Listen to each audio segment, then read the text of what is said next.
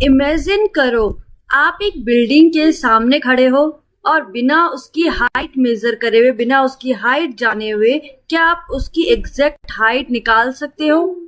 Simple सी चीज कही, आप किसी बिल्डिंग के सामने खड़े हो, आपको उसकी हाइट नहीं पता है,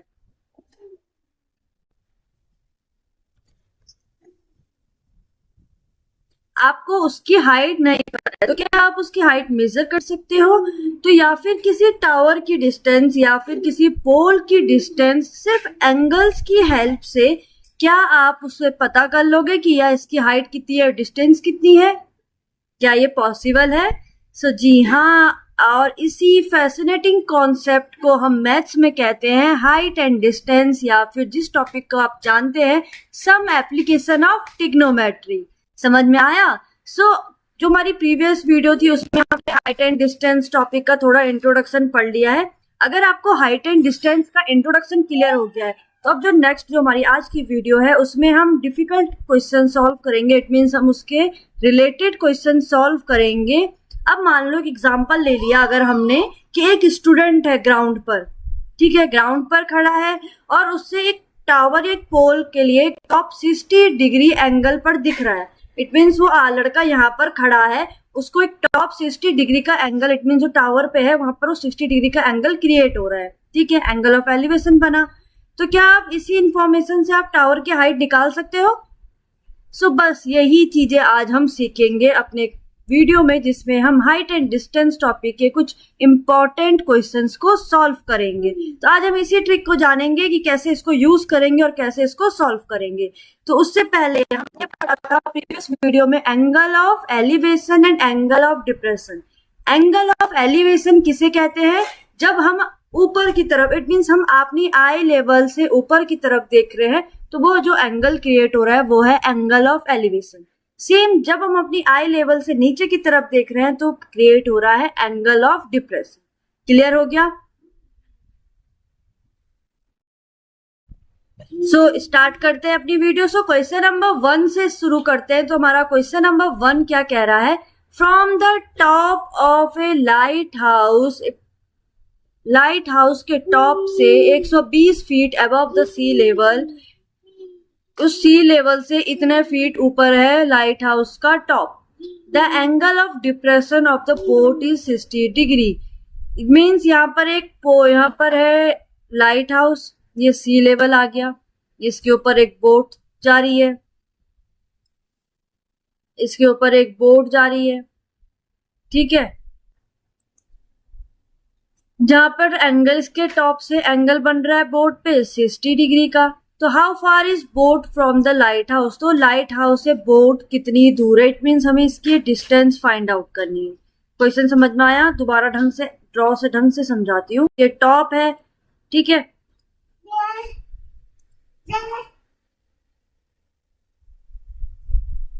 यहाँ पर एंगल क्रिएट हो रहा है 60 डिग्री का। इट मीन्स जो एंगल है, एंगल ऑफ डिप्रेशन, ऊपर से नीचे को देख रहे हैं ना हम, तो एंगल क्रिएट हो रहा है 60 डिग्री का। क्लियर हो गया? 120 फीट, इट मीन्स 120 ये है इसकी हाइट। क्लियर हो गया? और हमारे पास बेस, ये हमें फाइंड आउट करना है इसका बेस। समझ में आ गया? इतना समझ में आ गया? यहाँ पर बोट है, हमें इन दोनों की डिस्टेंस फाइंड आउट करनी है। कैसे करेंगे? देखो, हमारे पास परपेंडिकुलर गिवन है, ठीक है, जो है 120 फीट। इट मीन्स हमारे पास परपेंडिकुलर गिवन है 120 फीट एंड बेस हमें फाइंड आउट करना है। तो P और B कहाँ होते हैं? हमने ट्रिक पढ़ी थी, पंडित बद्री प्रकाश हर हर बोले, किसमें होता है? 10 की वैल्यू में। यहाँ पर लग गया tan theta is equal to perpendicular upon base. तो tan थीटा इट मीन्स 10 की degree 60 degree is equal to perpendicular है 120 और बेस आ गया इधर tan 30, इट मीन्स tan 60। तो tan 60 की वैल्यू कितनी होती है? tan 60 की वैल्यू होती है √3 is equal to 120 by base. Base की वैल्यू आ गई कितनी? 120 बाय √3। क्लियर? अब सिंपल सी बात है, देखो, अब ध्यान से देखो, यहाँ बेस की वैल्यू आ गई है 120 बाय √3। अब √3 डिनोमिनेटर में आ गया, तो इतना तो ये आंसर हो नहीं सकता, इसको सॉल्व करना पड़ेगा। कैसे करेंगे? तो इस क्वेश्चनों में करते हैं हम रेशनलाइज। इट मीन्स मल्टीप्लाई कर दो सेम √3 बाय √3 से। अब आप बोलोगे यहाँ माइनस क्यों नहीं हुआ, क्योंकि यहाँ प्लस भी थोड़ी ना है, इसलिए √3 हो गया। तो देखो ये हो जाएगा 120 √3 डिवाइड √3 मल्टीप्लाई √3, इट मीन्स √3 का स्क्वायर। सो ये हो जाएगा 3, तो 3 से 3 4 12, तो हमारा बेस आ गया है, इट मीन्स 40 √3। तो कितने फार है वो बोट लाइट हाउस से? 40 √3 फीट। क्लियर हो गया? समझ में आ गया कैसे सॉल्व करा? इजी था। आ जाओ अपने नेक्स्ट क्वेश्चन पे। सो क्वेश्चन नंबर 2 क्या कह रहा है? The distance of the gate of a temple from its base is √3। ये √3 यहाँ पर ऐसा है, ठीक है, √3 time its height, find the angle of elevation of the top of the temple. It means question 3 times, it means let कर लो यहाँ पर कि जो हाइट है उसको ले लिया हमने h, स्मॉल h, तो यहाँ पर आ गया √3h। मल्टीप्लाई क्यों करा? क्योंकि √3 टाइम्स बोला है it's height, it means √3h इसकी वैल्यू है। क्लियर बेस की। Find the angle of elevation, तो हमें यहाँ पर एंगल ही फाइंड आउट करना है कि कितना डिग्री का एंगल क्रिएट हो रहा है of the top of the temple. Temple से गेट की तरफ कितने डिग्री का एंगल क्रिएट हो रहा है, ठीक है। Perpendicular upon base. क्लियर? हमें एंगल फाइंड आउट करना है, इट मीन्स हमें थीटा फाइंड आउट करना है। तो थीटा कैसे फाइंड आउट करेंगे? इसको ऐसे रहने दो, tan थीटा, यहाँ वैल्यू पुट कर लेते हैं। परपेंडिकुलर मीन्स जो हाइट है, तो हाइट को हमने लेट करा है h से, तो h बाय √3h उसका बेस है, h से h cancel out, it means ये आ गया 1 by √3। It means tan theta is equal to हो गया है 1 बाय √3। अब tan थीटा की वैल्यू कब 1 बाय √3 होती है? तो वो होती है tan 30 पे। इट मीन्स यहाँ पर आ गया tan 30, so tan to cancel out, तो थीटा आ गया हमारा 30 डिग्री। क्लियर हो गया कैसे फाइंड आउट करा? बस यही हमें वो पूछ रहा था कि कितने डिग्री का एंगल वो क्रिएट कर रहा है। समझ में आ गया? आ जाओ नेक्स्ट क्वेश्चन, क्वेश्चन नंबर 3। नाम दे दो कुछ m, ठीक है, इसको दे दो b o,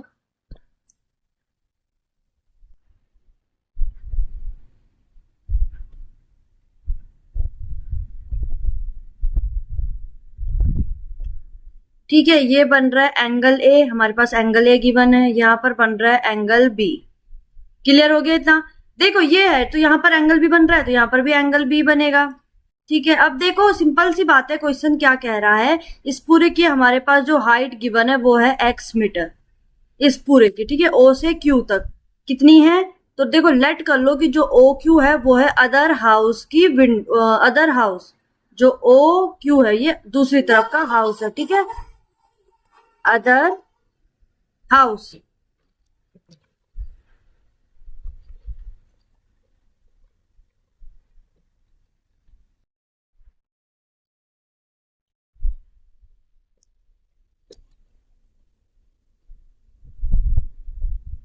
तो यहाँ देखो, इसमें ध्यान से देखना क्या हो रहा है। यहाँ मैंने कैपिटल एक्स ले लिया, ठीक है, इट मीन्स ये स्मॉल एक्स है, तो इट मीन्स ये कितना होगा? ओ से एम तक ये हो जाएगा capital x minus small S. ये तो क्लियर हो गया, समझ आ गया? आपने कुछ भी नहीं करा। ये है आपका, इसको ए बी सी, इसको कुछ नाम दे देते हैं, इसको दे, हाँ देखो यहाँ की वैल्यू ली हमने पी, तो ये भी आएगा पी, तो यहाँ पर वैल्यू आ गई हमारी पी, और क्यू है ये कितना आ गया? Capital x minus x by P. Clear हो गया? ये इक्वेशन फर्स्ट आ गई, ठीक है। यहाँ से हमें स्मॉल एक्स की वैल्यू निकालनी है, तो कैसे निकलेगी? सो हमारी एक्स की वैल्यू, सॉरी पी की वैल्यू कैसे निकलेगी? तो पी की वैल्यू आ गई हमारी P is equal to H X minus small X by 10a। Clear हो गया? यहाँ 10a था ना, 10a में डिनोमिनेटर में ला गई, ये बन गई मेरी इक्वेशन फर्स्ट। क्लियर हो गया? अब ट्रायंगल हम लेंगे WOB, ये वाला ट्रायंगल, ठीक है।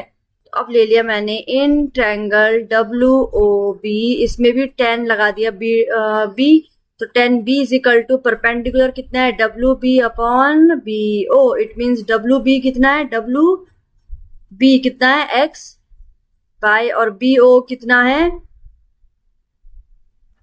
BOP, ये आ गया x बाय p, ठीक है। यहां से भी मैं p की वैल्यू निकाल लेती, तो p इज इक्वल टू हो जाएगा x बाय 10b। ये बन गई मेरी इक्वेशन 2। क्लियर हो गया। अब कंपेयरिंग कर लो इक्वेशन फर्स्ट और सेकंड, तो कंपेयर करो from equation first and second, दोनों इक्वेशनों को कंपेयर कर दिया तो क्या आ गई देखो। पहली इक्वेशन थी दोनों p की वैल्यू है, तो x minus X by 10a is equal to x by 10b, ये वैल्यू है। ठीक है, क्लियर हो गया। इट मीन्स देखो यहाँ पर क्या हो गया, क्रॉस मल्टीप्लाई कर लो तो ये हो जाएगा x 10a is equal to capital X 10b minus X 10b। It means मुझे यहाँ से क्या मिल गया, देखो मैं रफ करके यहाँ पे लिख रही हूँ। ठीक है, इतना समझ में आ गया यहाँ पर हमने क्या क्या सॉल्व करा, कैसे करा।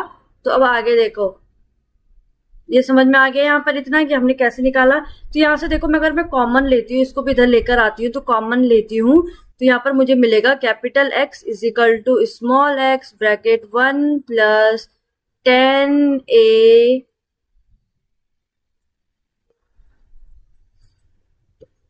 Bye 10b।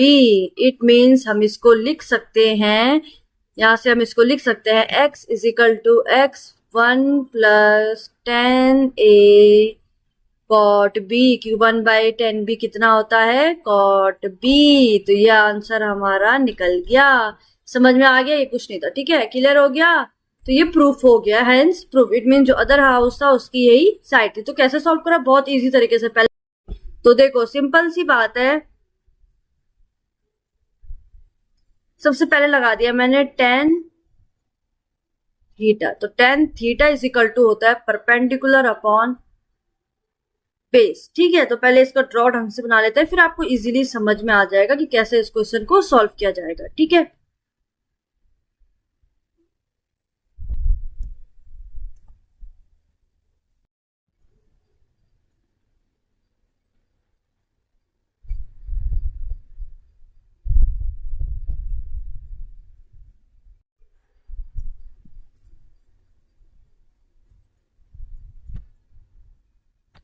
ये देखो ग्राउंड।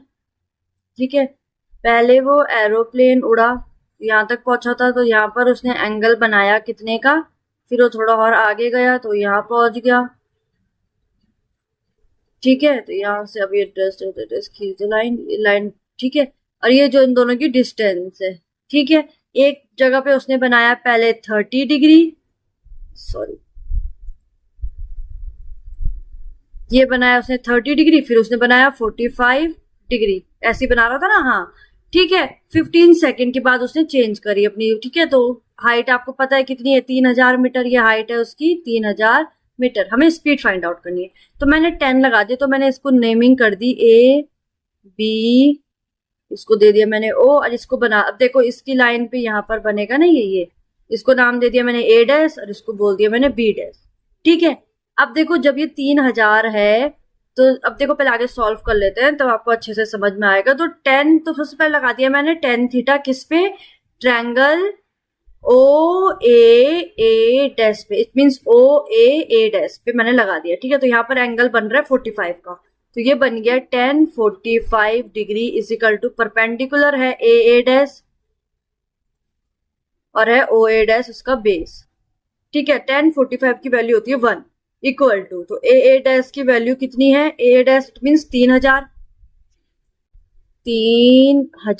बाय OA डैश, तो इट मींस OA डैश की वैल्यू आ गई 3000 मीटर। क्लियर हो गया। अब दूसरे ट्रायंगल पे आते हैं, इस दूसरे वाले पे। ठीक है, तो अब फिर ले लिया मैंने इन ट्रायंगल OBB डैश, यहाँ पे भी लगा दिया tan 30, परपेंडिकुलर है इसका BB डैश, और हाँ परपेंडिकुलर है और बेस है OB डैश। ठीक है, tan 30 कितना होता है 1/√3, आप सबको पता है। BB डैश की वैल्यू कितनी है 3000, OB की हमें नहीं पता है, तो OB डैश ये आ गया। तो इट मींस यहाँ से हमें OB डैश की वैल्यू मिल गई 3000√3 मीटर। ये आ गई आपकी इक्वेशन 2 और ये आपकी इक्वेशन 1। तो हमें OA डैश और OA डैश और OB डैश की वैल्यू मिल गई है। हमें किसकी निकालनी थी, A B की। It means A dash B dash की वैल्यू निकालनी है। कैसे निकलेगी, सिंपल सी बात है, हमें टोटल डिस्टेंस निकालनी है तो वो निकलेगी ओ बी डैश से माइनस करके ओ ए डैश को। तो कैसे निकलेगी, तो ओ बी की वैल्यू कितनी है 3000, √3 से माइनस कर दो 3000 को, तो ये आंसर कितना आ गया 3000 से कट जाएगा, आंसर आएगा सिर्फ √3। तो छोड़ दो यहीं पर इसको। अब आगे सॉल्व करते हैं। अब निकालेंगे हम स्पीड। डिस्टेंस तो हमें मिल गई, तो स्पीड इज इक्वल टू होता है डिस्टेंस अपॉन टाइम।